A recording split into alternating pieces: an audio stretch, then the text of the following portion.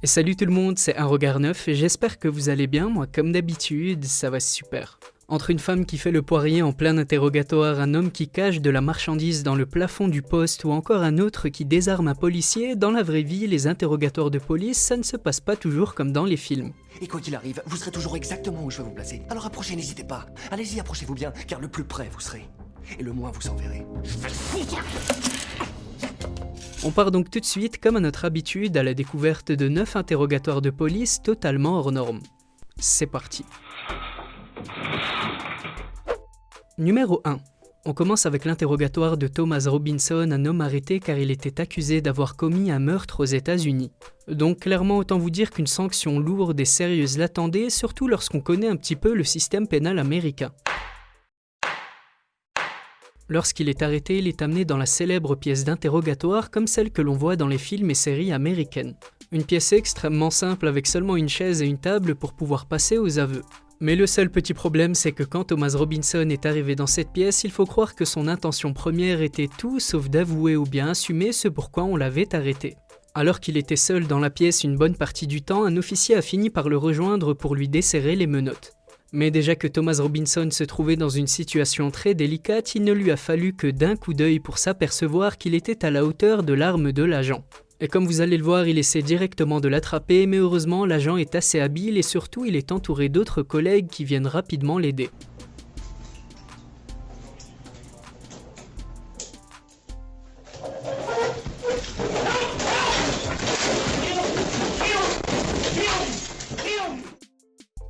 On continue avec l'histoire sombre d'une jeune femme nommée Jodi Arias, condamnée à la prison à vie pour le meurtre de son amoureux en Arizona. Le pauvre jeune a été retrouvé mort dans sa douche, il avait reçu une balle dans la tête, 27 coups de couteau dans le dos et avait eu la gorge tranchée d'une oreille à l'autre. Jodi avait mentionné plusieurs raisons au moment des faits et la première est que selon elle, le jeune homme la poussait constamment à faire des choses qui étaient contraires à ses valeurs et à ses convictions religieuses. Et la folie, c'est que d'après elle, c'était plutôt elle la victime et pas lui. Et la seconde raison, selon les rapports de police, c'est qu'elle était tout simplement jalouse que son petit ami fréquentait une autre femme. Concernant son interrogatoire, vu l'acte odieux qu'elle a fait, qui est clairement digne d'une psychopathe, il ne fallait vraiment pas s'attendre à grand chose lors de son passage dans la salle des aveux. On voit la jeune fille complètement délirée, elle fait le poirier, déroule à dos sol, elle secoue sa tête, se cache sous la table ou encore se met à fouiller dans la poubelle. Et certains disaient que ces scènes de folie durant son interrogatoire étaient tout simplement une mise en scène pour lui éviter la prison à vie. Mais après plusieurs enquêtes sur son état mental et au vu des horreurs qu'avait subi le jeune homme, elle a bien évidemment été condamnée à la prison à perpétuité. Numéro 3. On continue avec l'histoire d'un jeune qui s'est cru pendant un moment plus malin que les officiers de police de sa ville. Un jeune de 18 ans nommé Contre-Eldi a été arrêté car il était accusé d'agression, d'étranglement et autres choses graves. Et dans une vidéo qui a fait plus de 11 millions de vues, on le voit être amené menotté par un officier de police dans une salle d'interrogatoire. Et jusqu'à là, en principe, aucun problème, mais l'officier va commettre 2 erreurs. La première est qu'il n'a pas vérifié si la fenêtre était bien fermée, et en l'occurrence, ici, elle ne l'était pas. Et sa seconde erreur a été de refermer la porte derrière lui en sortant quelques secondes, laissant tout le temps au jeune homme pour sauter par la fenêtre et s'enfuir.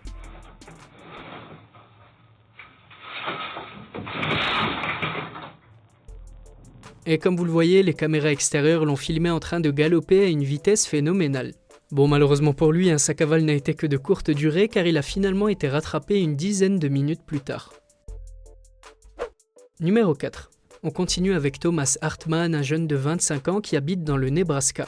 Il a été arrêté pour une histoire vraiment absurde, il a faussement accusé son cousin de lui avoir volé de l'argent sous la menace d'une arme à feu. Mais vu qu'après enquête, les policiers se rendent compte que c'était complètement faux, c'est donc Thomas Hartman qui finit au poste de police pour fausse déclaration. En plus de ça, Thomas est accro à la drogue et la police l'a interpellé par surprise alors qu'il en avait sur lui. Et dans sa tête, tout va extrêmement vite et il sait qu'il risque la prison ferme si la police le fouille. Et alors qu'il se retrouve seul quelques instants dans la salle d'interrogatoire, il tente un coup de folie de cacher ce qu'il a sur lui dans un endroit très peu probable. Il pose la chaise sur la table et essaie de soulever la dalle du plafond, mais un policier entre au même moment et le prend la main dans le sac ou plutôt dans le plafond. L'agent fouille le plafond et y trouve finalement un sachet blanc dont Hartman a dit que c'était sa consommation personnelle, mais ça n'a pas marché.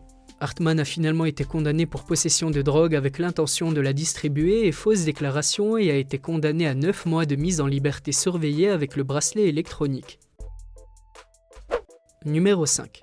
Jamal Green, un jeune de 17 ans, a été condamné et reconnu coupable de meurtre sur un barman dans une ville de Caroline du Sud. La raison de son acte est complètement ignoble et absurde. Lui et un ami à lui auraient choisi le barman par hasard pour lui voler son argent et sur un parking, ils l'ont tué et dépouillé. Ils ont pris la fuite et après avoir échappé aux forces de l'ordre pendant un mois, Jamal Green se fait attraper par la police. Et lors de ses différentes apparitions au tribunal, il n'éprouvait aucun regret et bien plus encore, il semblait presque fier et était irrespectueux envers les familles. Il se moquait d'eux et chantait des chansons sur la vie de voyous.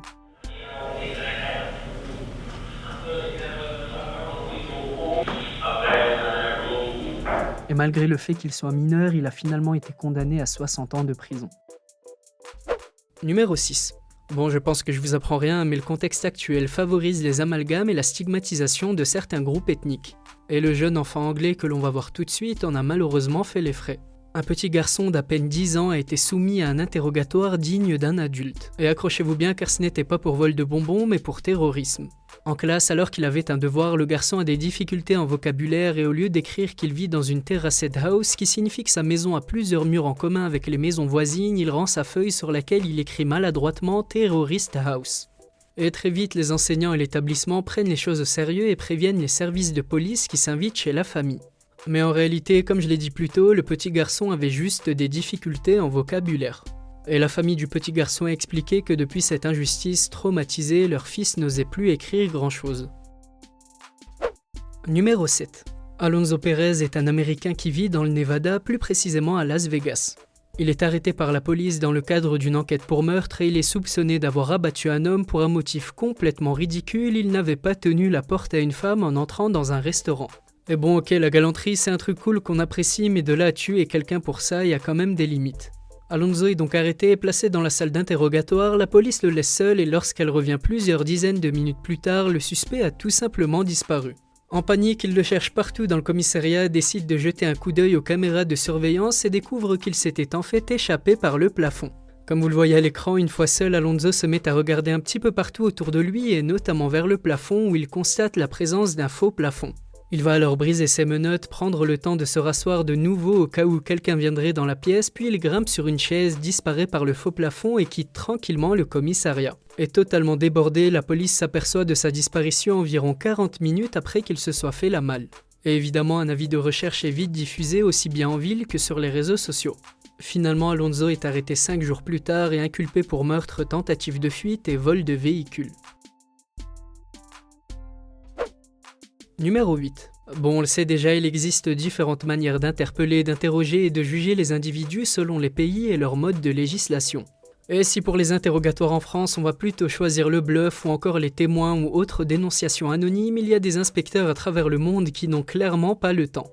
Et la prochaine scène surréaliste que l'on va voir se déroule en Indonésie. On y voit un homme suspecté d'avoir volé des téléphones mais il ne veut pas avouer, alors les officiers présents décident de faire un geste vraiment horrible, ils lui mettent un énorme serpent autour du cou pour l'impressionner et le forcer à parler. Le serpent s'enroule doucement autour du cou du suspect qui s'empresse de reconnaître non pas un vol mais 2 vols à son actif. Et relayée sur les réseaux sociaux, la scène a scandalisé beaucoup de monde et on comprend pourquoi. Et le numéro 9. On termine la vidéo avec un homme nommé James Lasva, surnommé Houdini, qui en plein commissariat a enlevé ses menottes et a disparu. L'homme a été arrêté à Brooklyn et suspecté d'un vol mineur, mais visiblement, comme vous allez le voir, il n'a pas accepté son arrestation. Et comme vous allez le voir, après avoir enlevé ses menottes, il regarde à gauche, à droite et s'enfuit du poste de police.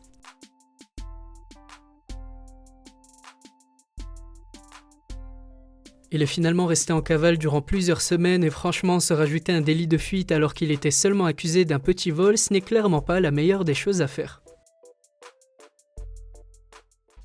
C'était tout pour moi la team à regard neuf et j'espère comme d'habitude que cette vidéo vous a plu. Si c'est le cas, n'hésitez surtout pas à laisser un petit pouce bleu, à me donner vos avis en commentaire et à vous abonner si ce n'est pas déjà fait. Comme je vous l'ai dit plus tôt, je suis également sur les réseaux sociaux et particulièrement sur Instagram, alors je compte sur vous pour aller y jeter un coup d'œil, le lien est dans la description. Sur ce, on se dit à très bientôt pour une toute nouvelle vidéo, prenez soin de vous, portez-vous bien et à la prochaine.